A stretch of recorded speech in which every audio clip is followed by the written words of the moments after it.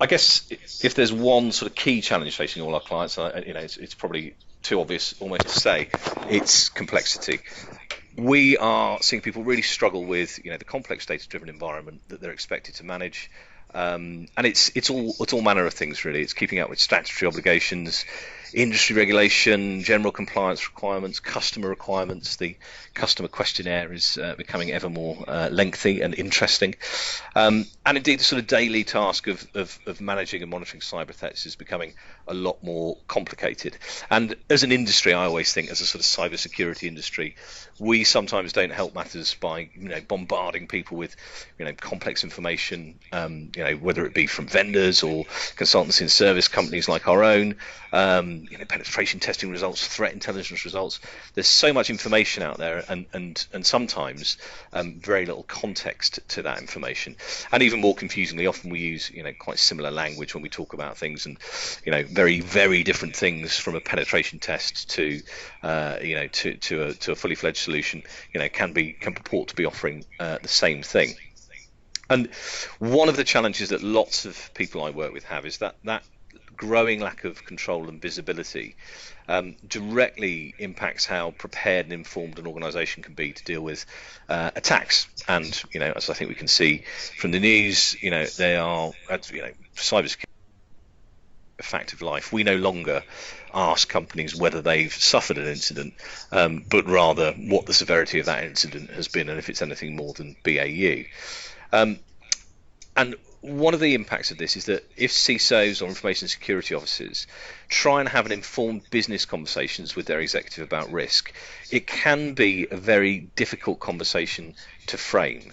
I always think that you need to have the same level of confidence in presenting your cybersecurity data or your data on your cybersecurity preparedness as the FD would have, presenting his numbers.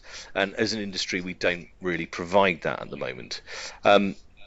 So that sort of concise and clear view of cybersecurity state or cybersecurity readiness, or the term that we use, cybersecurity maturity, is becoming ever more important. If nothing else, in order that the cybersecurity function can have credibility up at the board level, and that there can be a collaborative sort of view of decision making around cybersecurity investment. So, in assessing that cybersecurity maturity, that in itself has lots of challenges, because the cybersecurity landscape has grown rapidly outside of IT, which, like it or not, has been its traditional home.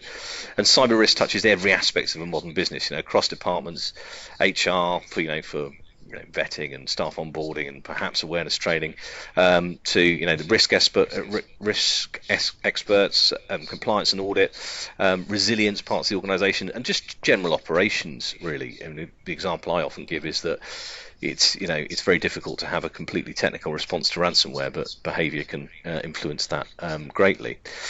So if you are in the unenviable position in some ways of reporting the organisation's cybersecurity state to the board, often it comes from a rather narrow viewpoint, and that's sometimes unhelpful. And often, actually, and this is something that we've seen time and again, CISOs and information security officers end up presenting to the board reports that have a lot of red on them. It might be a summary of a pen test report or vulnerabilities or something else that doesn't really necessarily help the cause of cybersecurity in the organisation, or give a sufficiently rounded view really of what actually is being done.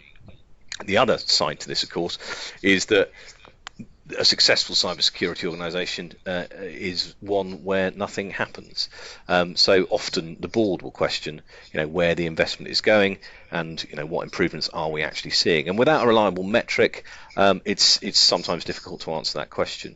And the final part of it, as well as having a sort of critical issue with reporting up to the board, often the problem that the people we speak to have is twofold. It's, what am I not doing? What am I missing? What are the things that I should be doing that I'm not doing, that I perhaps don't even know about?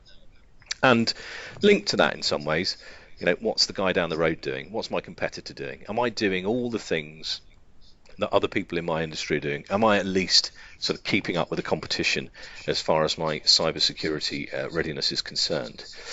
So this is, I mean, these are issues that I've seen, consulting, across the years, and because of that, we've come up with what we hope is at least a partial answer to the problem, and that's the Aegis benchmarking tool, which I'll show you in a second.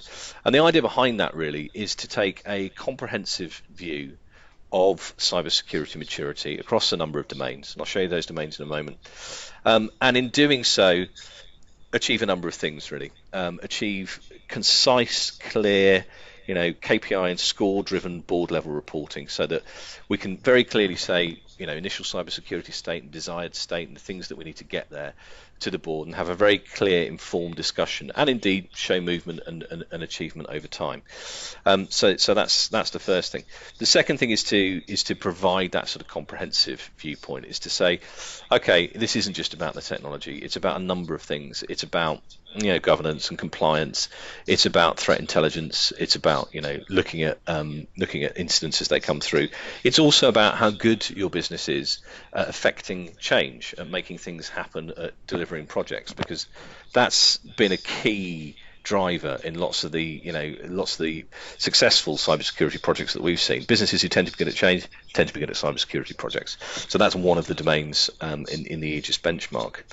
So the idea is that we have a comprehensive benchmark that can talk out to a number of other compliance regimes, and indeed it's been based on lots of those compliance regimes that we've worked with over time, plus standards like ISO 27001, but that can also be used to give a score over time, to communicate where the company is as far as cybersecurity is within the organization, and to act as a driver for change. So I'll show you the tool. I'll take you on a brief tour around, and hopefully you can get a feel for exactly what it is I'm talking about. This is obviously a test implementation that we've got here. So the key concept within Egis is the benchmark, and the way that our Egis service works is we go in and benchmark a client, and that's one of our senior consultants that will come in and spend anything from half a day to a day with the customer in the first instance, and do a round table view of this benchmark using the Aegis benchmarking tool. And the idea is to get a good initial view of where the business is as far as these various domains are concerned.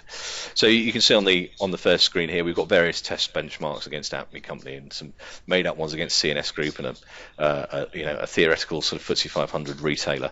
And those benchmarks, as you can see, we'll drill into this in a second, all have scores and version numbers, and we can get into the results and so on and so forth. But before we do that, I'll just show you what those benchmarks actually comprise of, and the amount of control that we have over what we can score in those benchmarks.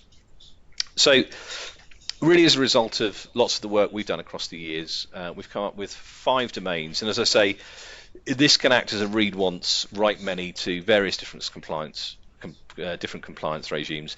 And we also have the capability, if there is anything specific, like some very detailed GDPR or PCI controls that we want to add in here, we can create new domains, we can add new questions in. What we tend to say is, if we stick with the 5 domains for a baseline score and use that for progress over time, it will also allow us, as we build up a body of information in Aegis, to offer comparisons to other businesses. But creating new domains and adding them on can also be a good way of tracking any specific things that you need to, whether that's regulation or accreditation, or specific sort of legislative compliance that you need to meet. It may even be sort of some country specific stuff, depending on where parts of the organization are around the globe. Our 5 main domains, though, the way they're designed and the way that the questions and the answers interact, the intention is to cover 95% of what's asked for in ISO and PCI and so on and so forth. So those 5 domains, and we've thought quite carefully about this, are compliance and accreditation. Literally that, what does the organisation have in place as far as managing compliance is concerned? Where is the organisation against various compliance regimes that may or may not be relevant? And how successful are we in doing that? Technical compliance, which unsurprisingly has the highest number of questions, but really just tracks, some of the technical controls that are in place and the maturity, critically, of those technical controls. So it's not just have we got it, it's also, how well are we actually implementing those controls. We then have one that is pretty close to our heart, actually, and this is one of the areas where we think sometimes a trick is missed as far as cybersecurity generally is concerned. We can be focused a bit on technical solutions and the buying and implementing of technical solutions and the big black boxes with lights on, without really focusing on the fact that you have to have a capability to integrate those technical solutions or process solutions or people solutions into the organization in such a way that they get successfully into BAU. And that's where we see so many cybersecurity projects fall over, is actually getting those into BAU. We then have a domain that looks at events, alerts, and threat intelligence. So both what is your visibility into the events and alerts and the attacks that may be coming into your infrastructure, and indeed your vulnerabilities generally, and also what sort of level of events and alerts are we seeing, what kind of activity is out there, how big a target are we, but also what kind of vulnerabilities are we seeing? Is every penetration test throwing up criticals? Is that criticals on the outside? What kind of triggers and warning signs are there in some of the activity that we're seeing out there? And then we have a governance and policy domain, which is self-explanatory and really covers how well are we governing cybersecurity within the organisation, and what sort of things do we have in place. And as you can see, we can apply a weighting. These are just some test weightings on the staging system. We can apply a weighting against those domains depending on client requirements. We try and keep those pretty standard, actually, unless there's a compelling reason to do so. Those weightings, as you'll see in a second, can also be applied per question as well. So if I click into, I'll just briefly take you through each of those domains so you can get a feel for the kind of questions that are in there. So in the compliance and accreditation domain, we have questions like, is there a defined role in your organization to manage compliance and accreditation from a security perspective? And if I click in and edit that, you can see that for each of these questions, there's a number of answers, and they go from sort of model answer, the compliance and accreditation role exists and is properly resourced and has sufficient influence to undertake the role, through a role exists but it may be part-time, and down through it's assumed to be with someone, but isn't actually necessarily, that's not necessarily tested. It's distributed throughout the organization, down to there is no role. We do also have on a number of questions an NA score. Sometimes we don't, just to take that out of the scoring, and you'll see in a second why we have that on because some of the questions just won't apply. So compliance and accreditation goes from, is there a defined role, through to, have we done a review of all the applicable legislation, and then very much into the specifics of, do we have ISO 27001 compliance, do we have PCI compliance, and obviously the answers to these can be NA. Have we satisfied requirements for Cyber Essentials or Cyber Essentials Plus, PSN, Emergency Services Network, etc., etc. So as you can see, it's a reasonably quick but also quite comprehensive view of, not only are we looking at this in the right way, but specifically what have we got in place to meet specific compliance requirements. Into technical compliance, and there's a number of things that you'd expect to see here, and again on the test system we played with the weightings a bit just to sort of see what effect we can have there. Generally we'll apply weightings in conversation with the client, but generally we're trying to keep them pretty standard. And the technical compliance, again, is reasonably comprehensive, going all the way from, have we got secure builds in place? And again, if we click into that, you'll see that they're in place, secure builds are in place for all components, and have based on industry standards, all the way through to secure builds are not in place, and some software is out of support. So we very quickly build up a picture and a score, and I'll show you how these are answered in the second half. We've had a whiz through the domains, and the technical controls go all the way through to IDS, IDP, advanced endpoint protection. You can have a very sort of quick scan down there and see that we've got a fairly comprehensive view down to sort of advanced threat detection, as to the kind of technical controls that can be in place across an organization. And By creating multiple benchmarks, we can look at different parts of the organization if that's relevant. It may be that the e-commerce infrastructure is dealt with differently to the rest of the organization. That can be seen in a separate benchmark. So if we have a situation where a broad answer to this question isn't meaningful, then we can put separate benchmarks together to address that. We also can apply comments as we go, just to sort of put a bit more context around these answers. So I'll just go back to domains. Transformation and maturity, and this one, as I say, is fairly close to my heart. This is really about, how good generally, putting cybersecurity to one side, how good generally are we at change, and do we have the structures in place to manage change and to move, new things, new processes, new technologies into BAU? Have we got, ownership assigned correctly, and so on and so forth? Do we have a control framework? Are mature practices actually in place, on the operational side of the business? So there's a number of questions around transformation and maturity there, and we see that as quite a telling domain, and one that's not necessarily well addressed across other compliance regimes and across regulation. It's kind of assumed, really, and very fairly seen to be out of the scope of things like PCI, although PCI has much more sort of BAU focus these days. Nonetheless, it doesn't sort of necessarily speak directly to the maturity of your PMO, but it's one that we think is a real teller as to the successful implementation of cybersecurity projects. Events, alerts, and threat intelligence is really about protective monitoring and vulnerability management, patching.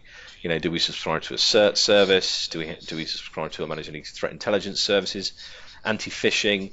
Do we have an incident response plan and process, down to how many actionable alerts do we actually see coming through the SOC, if indeed a SOC is in place, and at what proportion of critical and high pen test scan results return. And in the answers there, you can see it draws a distinction between criticals and highs as far as internal and external scans are concerned. And down to the last one, governance and policy. Really, again, all the sort of questions that you'd expect to see, but again, good comprehensive coverage of everything from do we have an information security policy and a CISO, down to what kind of condition is the supporting policy set in. Does that include secure operating procedures and processes? Do we actually report on policy compliance and measure policy compliance? Do we have an exceptions process? Do we have executive level ownership? What we're doing about risk treatment? So again, a good sort of comprehensive set of questions, and the way that those questions and answers interact, as I say, speaks quite directly to a lot of sort of compliance and regulatory regimes. If I take you into a benchmark now, and these are just some standard things, you can see how those are answered round the table with the client. And let's have a look at Acme Company, who have a not particularly impressive initial benchmark, although we've seen worse. So as you can see, once we've completed the benchmark, we've got the progress here, and it shows we're 100% complete on the benchmark. We get a top level Aegis score out of 100, and that's an interaction of all those question scores and any weightings we apply that gives us our top level Aegis score. Before I go further into the results, what I will do is just show you how that benchmark has gone through around the table with the client. So as you can see, all those domains that we've had there are very simply set out into separate questions, radiate button for each of the questions to say, what level are we at in each area. So is there a defined role? In this case, yeah, a compliance and accreditation role exists, and it's properly resourced and has sufficient influence to successfully manage accreditation. Now, as to how we answer these questions, that matures over time, and what's quite interesting is after we've done an initial benchmark, what we say to the client, we've left the confidence scores here again fairly standard, but for each question we can have a confidence level. Those don't directly impact the Aegis score at the moment. That's under discussion internally with us right now as to whether that's sensible or whether we offer two different views of it, but it's really there for us and the client to have a sensible conversation around how certain are we around these answers. It's amazing how often we sit around the table and say, have we got so and so in place? Are we doing X, Y, or Z? And the answer is, yeah, we think so. And I'm pretty sure that's in place. So what's often quite interesting is after we've gone in and done the initial benchmark and not only created our initial scores, but also looked at the confidence level around those scores, it can be very interesting then to go away, do the necessary research, whatever that may be, or do the necessary kind of consultancy activity, whatever's needed to get those confidence scores higher, to actually figure out what exactly is going on in the organisation. And then often the second benchmark, can be a bit of a dip from the first. Sometimes it goes the other way. Sometimes there's a bit more going on than perhaps the people who are in the room initially realise. But often we have the situation where things are assumed to be happening, but actually aren't really. So that's very much taken account of in this initial Aegis release, and in future releases, and I'll come on to this in a second, we'll have a few more live feedback loops into these questions, so they won't necessarily be sort of radio buttons, but will be live feeds from threat intelligence services, SOC feeds, penetration testing results, so on and so forth, to actually answer some of these questions in a much more sort of data-driven way. But nonetheless, we found this very, very useful for everybody we've worked with, as an initial sort of viewpoint as to where cybersecurity maturity sits in the organisation. So you can see the sort of thing. We'll spend a lot of time with the client on the initial benchmark, and it's as much about the interaction with the consultant and the client around the table as it is about the tool itself. We'll go through each of those domains.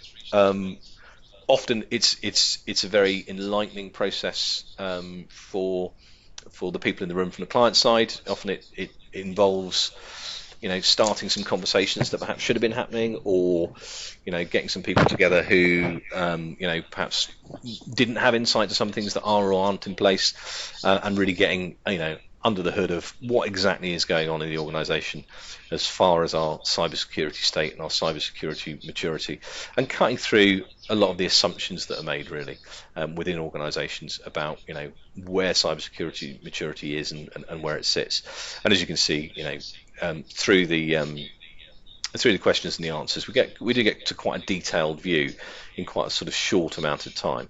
And that was the other thing that we were trying to do here really, was to make sure that not only could we get a good comprehensive view, but we could get to that good comprehensive view quickly.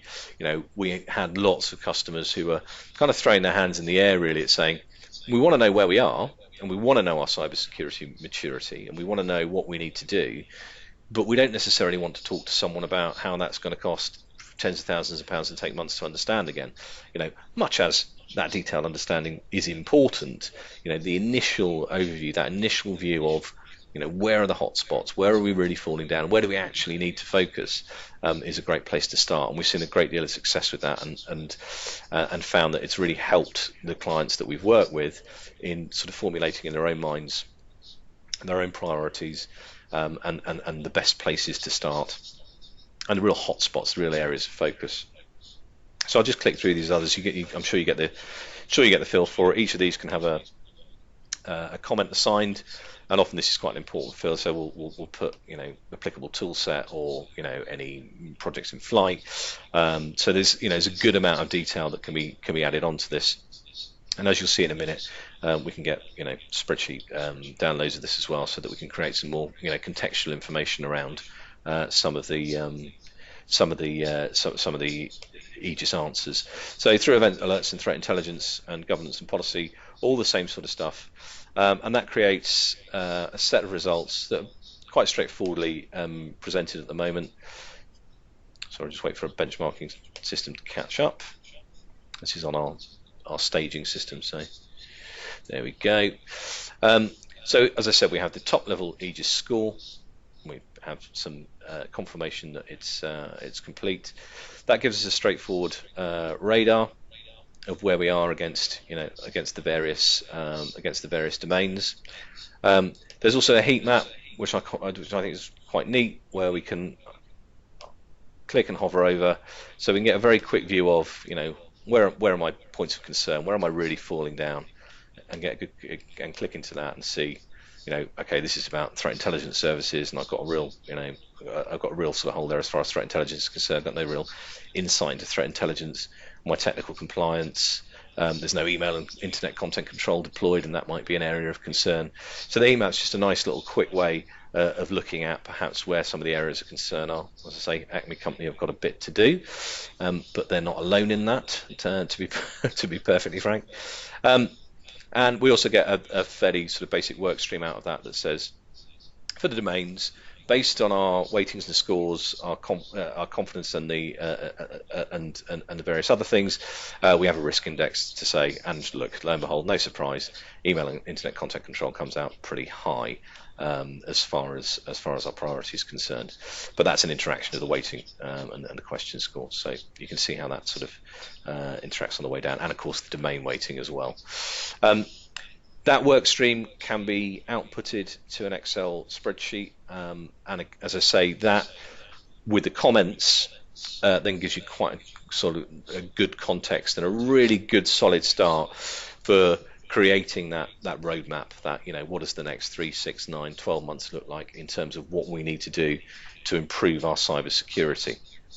What we can also do, which I'll just show you very briefly because I'm aware that time is ticking on, is do some comparisons there, and this is what lots of people are asking for and like to see, is not only where am I and what does my roadmap look like and where are my priorities and what should I be worrying about tomorrow, but also, you know, how does that compare to, can I compare that to other people in my industry and some standard industry scores, some idealized industry scores, some, you know, some sort of anonymized data, but also, you know, if we decide where we want to be, because the other thing that people say to us a lot is that, you know, and it's there's one particular phrase we hear again and again and again, and that's, we're not a bank, you know, we're a retailer, we're an airline, we're a, you know, we are not aspiring to the levels of control that perhaps a high street bank would necessarily have to have.